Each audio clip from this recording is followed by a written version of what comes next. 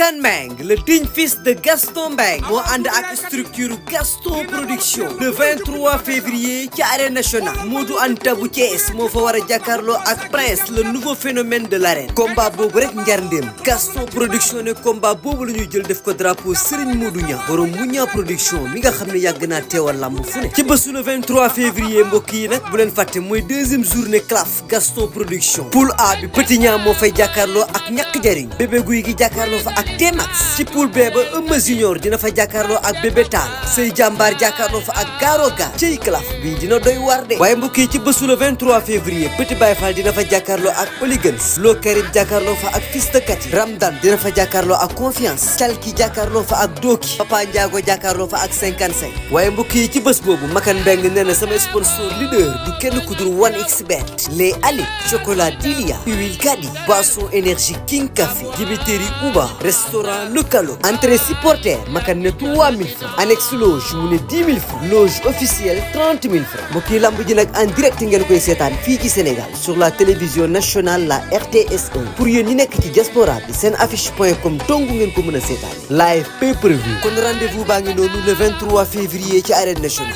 Modou Anta bu Thiès. Prince le phénomène de l'arène. ñu ànd ci nag mbokk yi ak Gaston Production.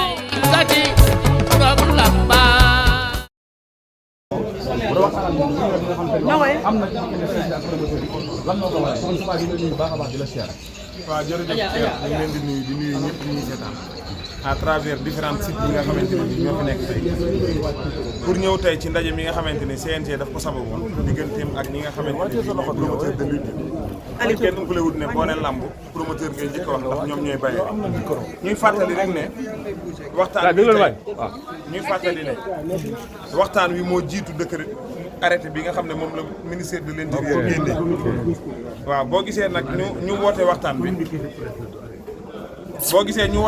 bi dafa am ay suggestion yoo xamante ne police daf ko defoon woo CNG bi xamal leen ne leen dañu bëggoon li nga xamante ne bii mooy bii ëpp yi nga xam ne day am ci làmb nit ñi di génn ci biti ñu bëri dagg bii duñ mën a dugg ak nan lañ mën a def ba làmb di teel a tas ngir dégâts yi gën a wàññiku ngeen jox ñu ci ay xalaat bu ko defee ñu mën a ñoŋal loolu làmb ji mën a continuer ñëpp di ko seetaan ndax kenn ku ci nekk gis na làmb li muy dere na ci réew mi bi loolu amee nag ñu convoqué promoteurs yi communiqué bi dolli ko ci ndax communiqué bi avant muy ñëw fekk na ñu convoqué woon promoteurs yi ngir ñu ñëw ñu waxtaan ak ñoom communiqué bi tamit bi mu egsee dafa firndeel rek li police doon laaj CNG bi gannaaw bi ñu ko laajee nag ba pare CNG woo promoteurs yi waxtaan ak ñoom ñoom it ñu nekk ay nit ñu flexible d'accord ci ne ñoom ay bailleur lañ naam waaye nag ñoom kaaraangi réew mi leen gën a ñor ndax avant nekk promoteur citoyen sénégalais nga d'abord ci kaw loolu ñu waxtaan décision yi ñu fi jëlee te mu engagé bépp promoteur boo xamante ne ñëwoon nga tey ci ndaje bi ñu nekk nii sama ginnaaw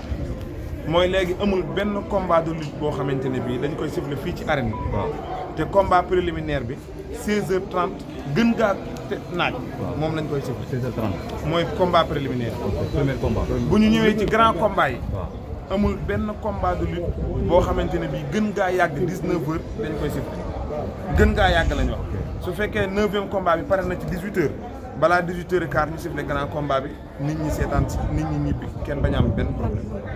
beneen bi ci des mooy kenn ku nekk xam na ne stade bi mu nekkee ay sièges 22000 places la léegi CNG dafay am droit de regard ci billets yi nga xamante ne bii moom la promoteur yi di def léegi amatul benn promoteur boo xam ne CNG daf lay bàyyi.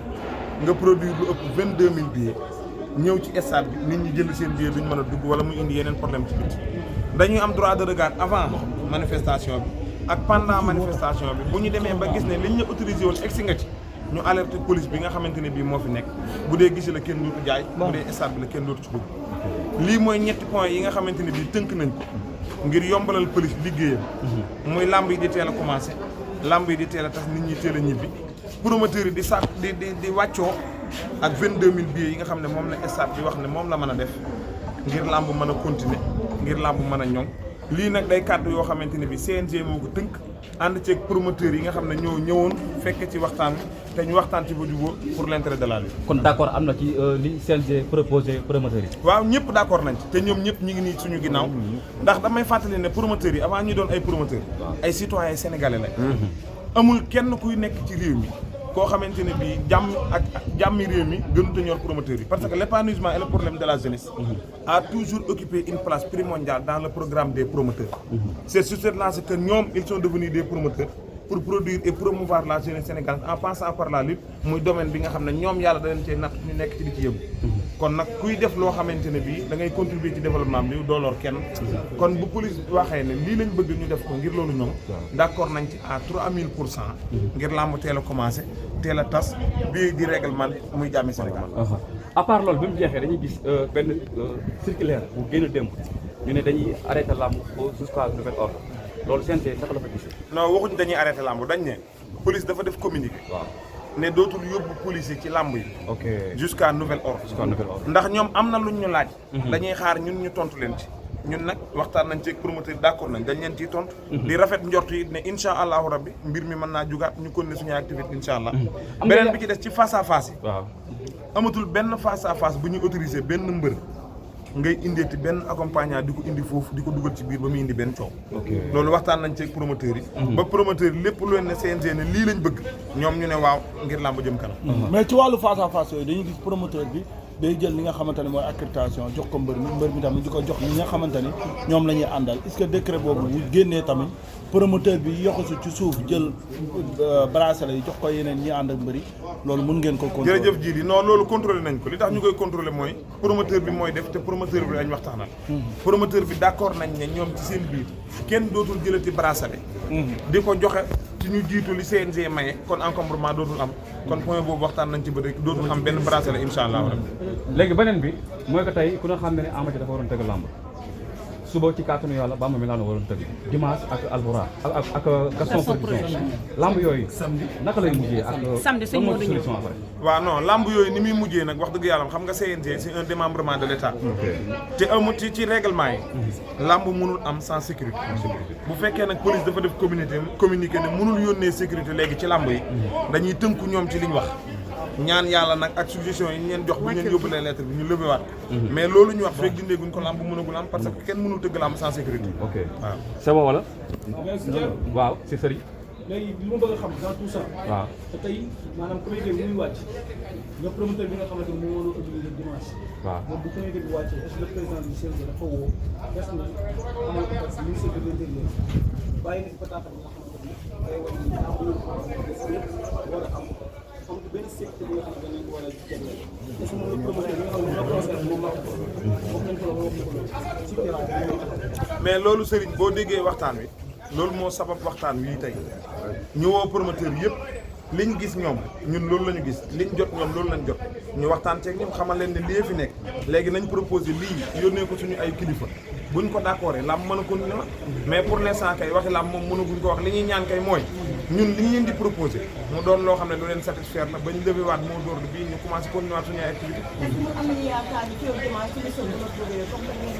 waaw am nañ yaakaar bu baax a baax ne bu fekkee lii nga xamante ni moom lañ wax yóbbul nañ leen di ñaan yàlla tey fii ak dimanche na fi affaire bi mën a régler ba lamb am incha allah loolu am nañ ci yaakaar mais yaakaar rek lañ ci am waaw jërëjëf.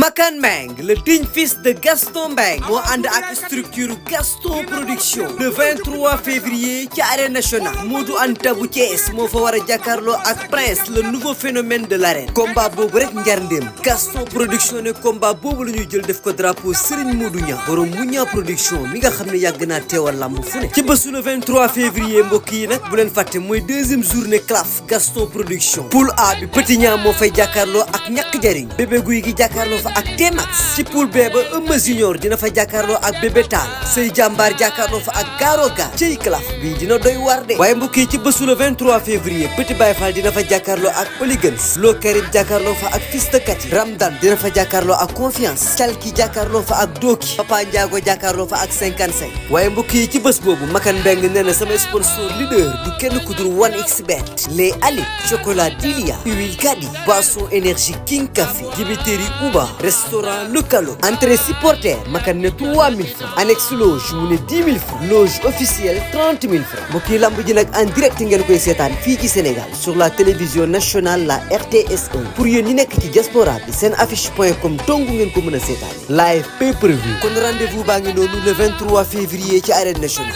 Modou Anta bu Thiès. Prince le phénomène de l'arène. ñu ànd ci nag mbokk yi ak Gaston Production.